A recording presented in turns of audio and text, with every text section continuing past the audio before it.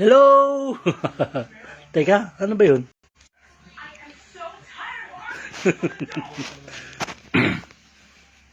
Magandang hapon po. Ang tagal ng swab. Bukas, 6 days na kami rito. Wala pa rin yung swab. Ano ba yan? Mahirap maghintay.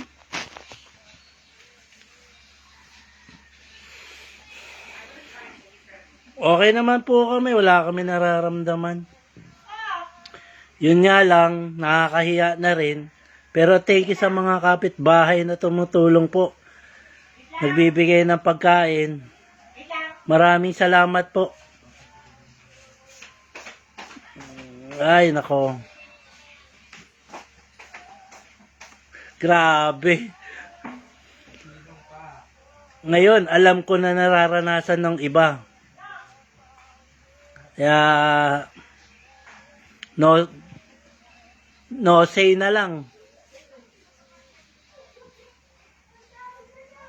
Pag nagka-COVID ka na lang lumabas. Sumunod ka na lang sa protocol.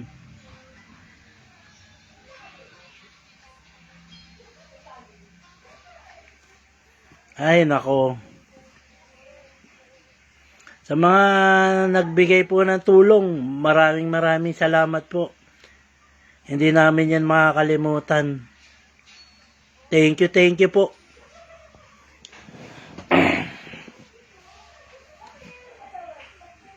Kahit na kailangan magtiis, sige lang, go lang kami.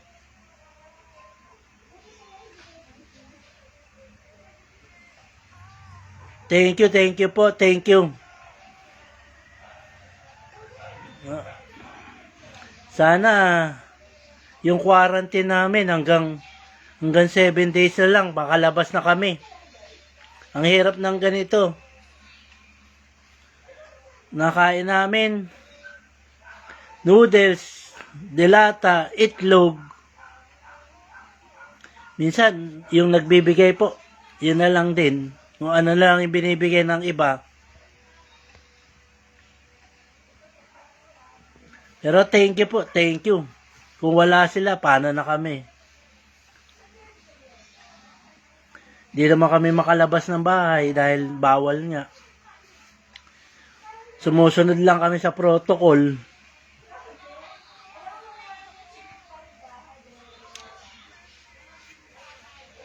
Five days na po kami ngayon. Naka-quarantine. Sabi dun ng burp, 7 days lang daw po, pwede na. Hingi na lang daw kami ng clearance by Monday. Sana naman makalabas na kami kahit wala ng swab. Ang hirap ng ganito. Sir JB, shoutout sa'yo, Sir JB, Pasio. Magandang hapon po.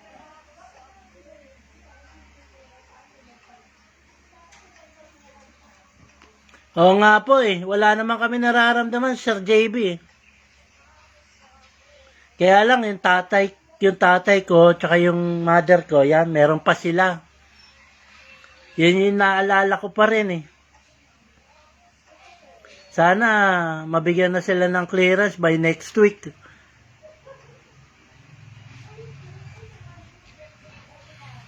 Ang hirap ng ganito po. Walang may gusto nito. Kailangan lang talaga sumunod. Sana by next week may clearance na kami kahit wala ng swab. Kaya lang kailangan ko sa opisina Kailangan ng swab test po sa opisina.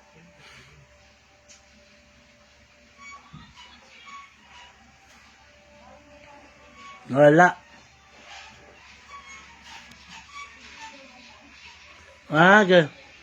Ay, ganun ba, Ate James Navarro? O nga po ang hirap, pahinga lang. Kain, tulog. Nood ng TV.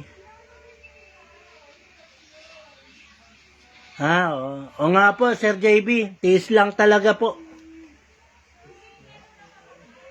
Nakakalungkot lang po at hindi mo magawa yung yung mga dapat gawin. Wala kang magawa.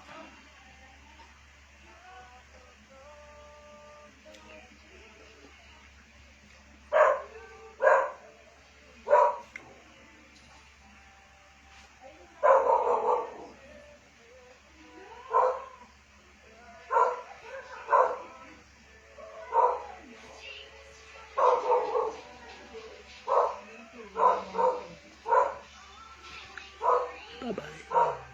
Bye-bye.